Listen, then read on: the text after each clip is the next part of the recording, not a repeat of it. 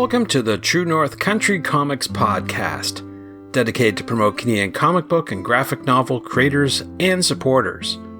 I'm John Swinimer. If you want to drop me a line, you can contact me at john@truenorthcountrycomics.com. On this episode, I chat with Sam Noir about 2022, the year in review, and more. This podcast is available on Apple Podcasts, Google Podcasts, and YouTube. If you want to help the site and the podcast, please consider supporting the effort by chipping in at ko-fi.com/truenorthcountrycomics.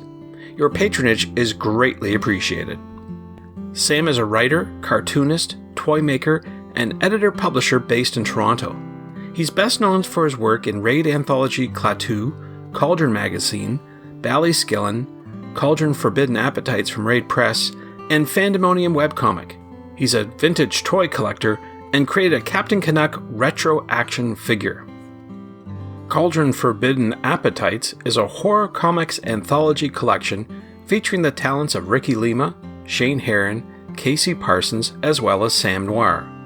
Raid Press's first book project of the new year is this deluxe hardcover compilation of Cauldron. For more information about Cauldron Forbidden Appetites from Raid Press, you can sign up at bit.ly/Cauldron 2022. Now get a glass of your favorite festive year-end beverage, settle into a cozy chair, so you can listen to my chat with Sam Noir about 2022, the year in review, and more. Hi, John. Glad to be chatting with you. Yeah, it's been an incredible 2022, and I'm so happy that you're providing an opportunity to reflect back and not only look at the past year, but the upcoming year as well. Absolutely, for sure. And man, I mean, I know that we had some ups and downs with, COVID and being inside, but this year we both sort of went out of our way to get out of the house and do stuff. And I know we met up at a few events this year at Fan Expo Toronto, and you wrote at Victoria, BC at Capital City. You went to Ottawa Comic Con, and we both met up at Gotham Central, had an anniversary this year too. So what sort of thoughts did you have as you were gallivanting around, getting out and seeing folks and spreading the good word about comic books? For me, it's 2022 was an absolute gift. The opportunities that were presented, and again, just sort of looking back, I only had maybe one book come out this year, and that was the second issue of Kung Fu Santa with Craig Ferguson. On the flip side, I did get to help out a lot of other projects come out, particularly with Raid Press in terms of the early crowdfunding campaigns this year with Klaatu, the newest Raid anthology that's just been released. And I had a story in there as well with Andrew Dorland that we eventually spun off into our own series, the interactive augmented reality comic Ballyskillin. But there was also Forest Folk in there and Ramon Perez's Kookaberry. And at Raid Studio, we also had Danish's Timeless Characters print of well over 300 characters. So it's very rewarding to be part of a community and part of a studio and able to contribute into a larger picture as Raid Press sort of gears up and has a banner year. I think it was the first time that Raid presented at conventions as a publisher, both at TCAF, and I think you probably saw that enormous display that Ramon Perez came up with at Fan Expo back in August. Yeah, it's tremendous. I mean, not only were you introducing me to new creators, but you got out there in the world and were spreading the word, so to speak. So what was your thought when you were attending these various events, whether it be Toronto Fan Expo or even BC? What sort of interaction did you have? What sort of feedback did you get as you were out there this year?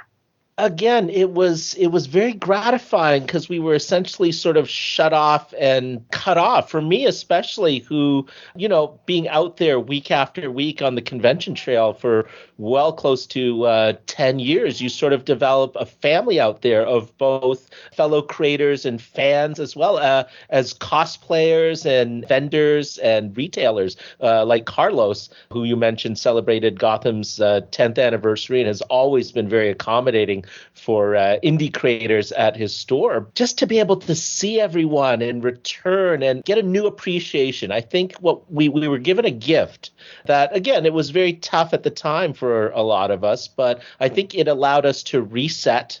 It allowed us to think and strategize about what would happen moving forward. And in this case, lean heavily into sort of the crowdfunding sphere and engage with fans online. But prior to that, because I didn't really have a lot in terms of a mailing list or other than my regular social media contact, there were plenty of people, particularly families, because I have a large family-friendly kids audience who simply came to me at shows, and I didn't generally interact with online. So just to see all these families and kids returning, seeing friends I hadn't seen in ages, and just the gift of being able to travel as well. So I'm trying to remember. I think, I was out at Calgary, Denver, Chicago, Lake Como out in Italy, Victoria, I think you mentioned, Ottawa, TCAF and Fan Expo as sort of the home shows that we all love so much. Kevin Boyd and the comics team there always put up such a fantastic job. But Boston as well. So it was a real whirlwind of travel. And again, it's a gift to be able to go elsewhere and experience an extended community again as well, because I had mostly limited myself to sort of the southern Ontario and within driving distance for the most part from Windsor out to Montreal. And so coming out of the pandemic, one of my goals was actually to travel the shows. And I really, really have to give a shout out to my friend Casey Parsons, who allowed me to be his travel companion and gave me fantastic opportunities to travel, as well as Kevin Boyd and the Fan Expo team, of course. And Absolutely. other promoters, but particularly I had a fantastic time in Victoria, BC, and would recommend that show as a small community family-run oriented show. Yeah, no, it's great that you were able to get out, especially to Italy. I mean, you really ventured outside, that's for sure. Yeah, So, and again, without giving too much away, we're already planning some pretty spectacular travel in 2023. Again, I'll give a shout out to not only Casey, but the Kirby Comics art team run by Annabelle Kirby, who's also given me some incredible opportunities to travel with their group and their mind-blowing lineup of talents, like top tier comics talents that you get to have dinner with and go on boat tours with and just socialize with has been a mind-blowing experience coming out of, the lockdown. Absolutely. Yeah, no, it's great to be able to get out. I think, as you said, I mean, you're living proof that I think more people are getting out, enjoying conventions and rubbing shoulders and getting to network and experience new books and new creators and this sort of thing. And speaking of books, I wanted to, pick your brain a wee bit. I don't want to put you on the spot and say which was your favorite, but I'm sure you've heard about Kate Beaton's Ducks just winning awards after awards, showing that Canada is sort of a hotbed of creative entertainment. In fact, to the point where President Obama selected Ducks as the book of the year. So that is mind-blowing. Yeah, go figure. So I don't know if any books stood out for you. I mean, certainly a lot of the Raid books you're very close to. Absolutely. Yeah, it's just tremendous amount of books and content and creativity that came out from Canada this year. That's for sure. Mm-hmm. Well, obviously, I'm very attached to all the Raid projects, just given the fact that they're all my studio mates and my friends here, and that I've helped with the crowdfunding campaigns and promotion. So, yeah, I recommend all of those. I mean, some of these, particularly the webcomics like Forest Folk and Kookaberry, that Ramon and Dax have finally been able to put into book form. But beyond that, I also work with the Lethal Comics guys, Andy Belanger and Carl Kerschel, who are doing amazing stuff over at Lethal. Let me see if I can sort of get beyond my own little circle into the community. I'm going to recommend Butterfly House. Beautiful, beautiful graphic novel by Troy Little and Brenda Hickey. I'm hoping I'm remembering that correctly. Yeah. I normally on Facebook, I'm friends with Brenda Little, but I think her professional name is it Brenda Hickey? Absolutely. You're right. Okay. I'm glad I got that right. And their graphic novel Butterfly House is mind-blowing in that it's a flip book. And Troy, of course, does the story on his end, and then you flip the book and Brenda starts on her story and the story meets in the middle. So Butterfly House is a phenomenal piece of work. It's so innovative in terms of how two creators, especially a husband and wife team, can find a way to work individually but with each other as well. So the fact that you can follow Troy's story on one side and then Brenda's story on the flip side of the book, and then the story meets in the middle, is phenomenal and innovative, and I urge everyone to check that out. It's a wonderful, wonderful book. Absolutely. Yeah. We've got more Canadian talent than ever. I mean, Jeff Lemire is doing great guns with books in the top 10. Chip Zdarsky is writing for both DC and Marvel.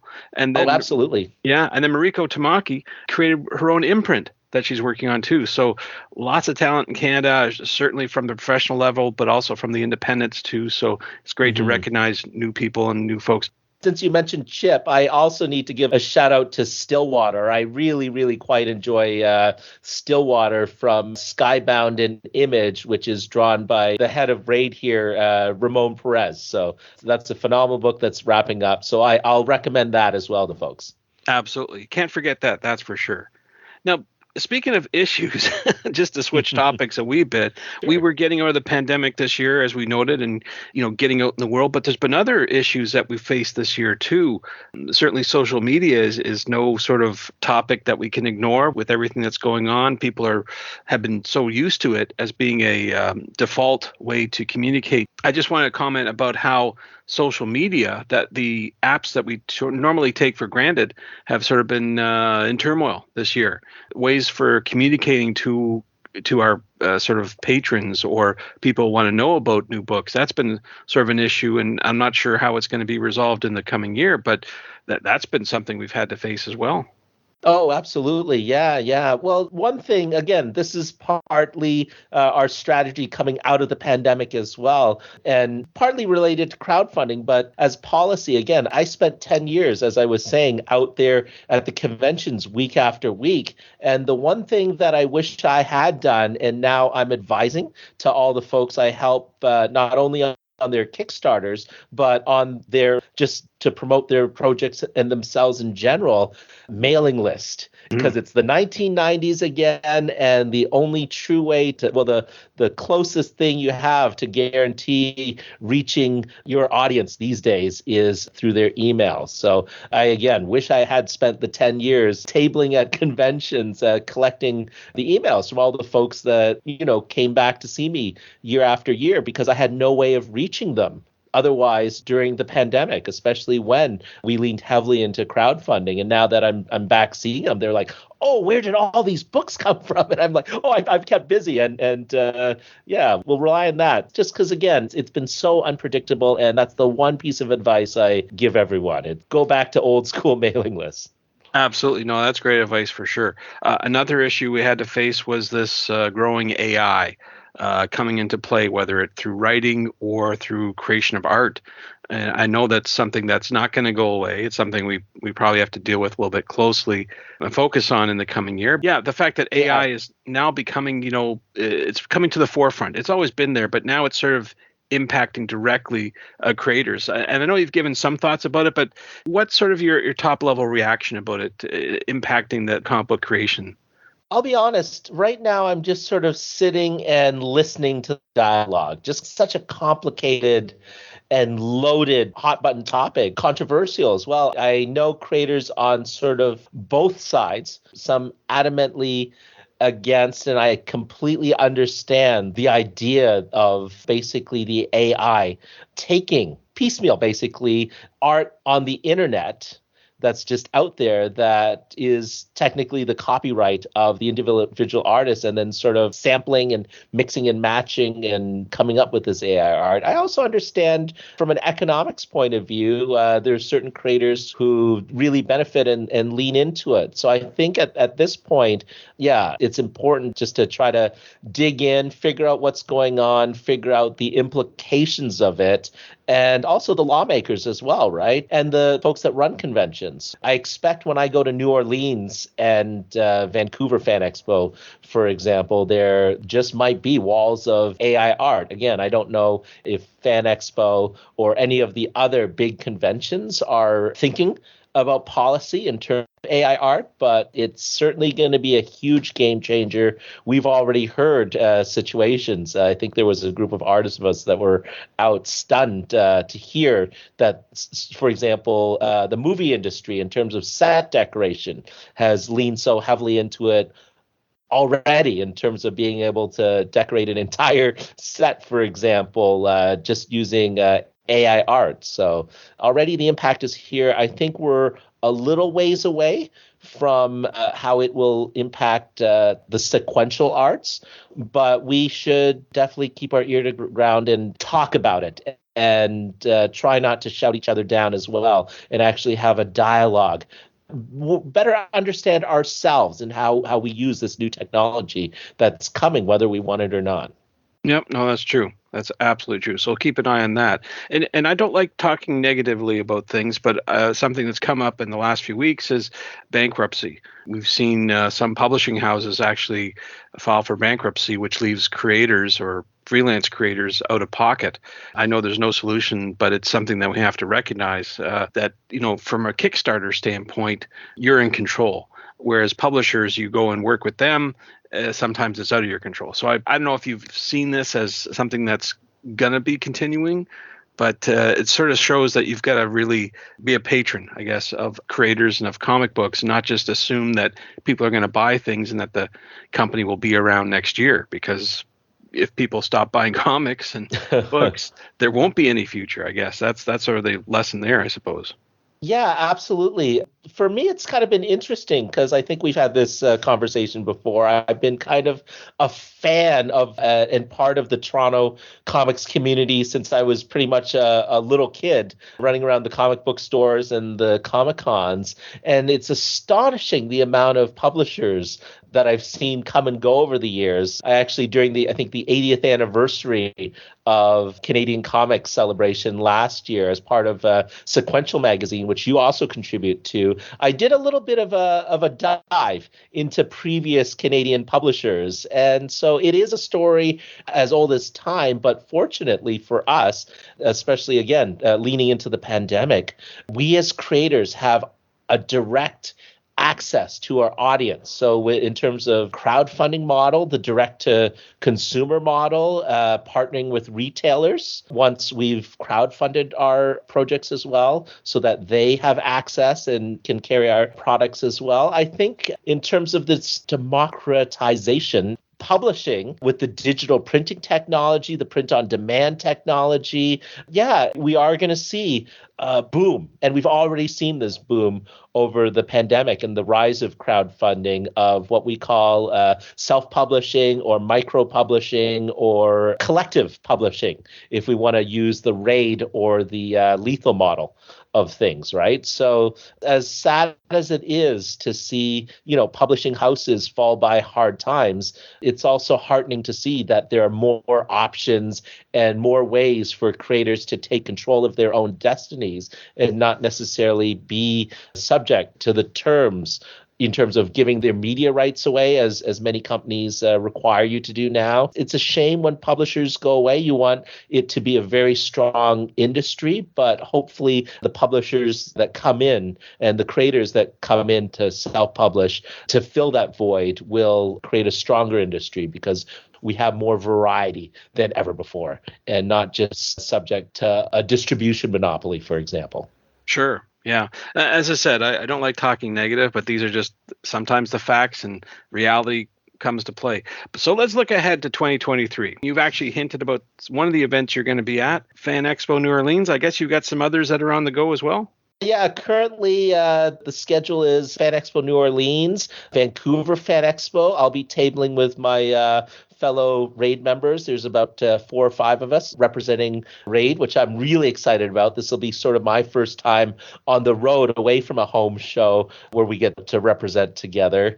As well, TCAF is a little earlier this year. So there's a little bit of a mad scramble right now to try to get stuff for April, given the way the industry is working with printing houses, printers being so backed up and needed to be booked in advance. So what we're working on personally is the Cauldron hardcover. RAID Press is going to be the publisher of a collection of the first 4 issues of Cauldron magazine that we put out, the collective horror magazine that Ricky Lima, Shane Heron, Casey Parsons, and myself have been working on for the past couple of years. And we couldn't be happier that we've been welcomed into the umbrella of RAID Press, given the strong products and creators involved. So yeah, we're kicking off our crowdfunding campaign in the new year. This will be RAID Press's first official book